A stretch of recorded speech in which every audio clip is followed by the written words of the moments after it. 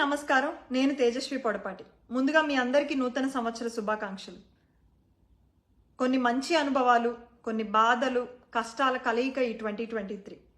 జనవరిలో లోకేష్ అన్న యోగళం పాదయాత్రతో మొదలై ఘనంగా ఎన్టీ రామారావు గారి 100 ఇయర్స్ సెలబ్రేషన్స్ చేసుకున్నాం. రాజమండ్రిలో కనీ విని ఎరుగని రీతిలో మహానాడు జరుపుకున్నాం. ఈ దేశానికి విజన్ 2047 అందించడం, ఈ రాష్ట్రానికి సూపర్ సిక్సర్ బాబు గ్యారంటీల ద్వారా ఒక భరోసానివ్వడం, అలానే మనం కలలో కూడా ఊహించని విధంగా ఏ తప్పు చేయని చంద్రబాబు నాయుడు గారు అన్యాయంగా 53 రోజులు జైల్లో నిర్బంధించబడడం, ముందు కంటే రెట్టింపు ప్రజాదరణతో చంద్రబాబు నాయుడు గారు తిరిగి వచ్చి నవశకం ద్వారా ఈ రాష్ట్రానికి తిరిగి ఊపిరిని పోయడం, ఇలాగ 2023 అనేది మనకి మిక్స్డ్ ఎమోషన్స్తో సాగింది. ఇప్పుడు 2024 వచ్చింది. న్యూ ఇయర్ అనగానే మనందరం రిజల్యూషన్స్ తీసుకుంటాం. ఇప్పటి వరకు మనం మన కోసం రిజల్యూషన్స్ తీసుకున్నాం, కానీ ఈ ఇయర్ మనం అందరం మన రాష్ట్రం కోసం రిజల్యూషన్ తీసుకోవాలి.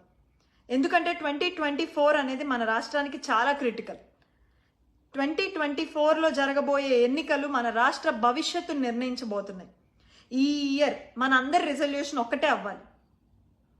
ఈ రాష్ట్ర పరిస్థితిని, ఈ రాష్ట్రానికి సరైన నాయకుడు రావాల్సిన అవసరాన్ని వీలైనంత మందికి తెలియజేయాలి.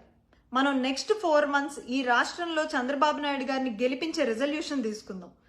ఆ తర్వాత 5 years ఈ దేశం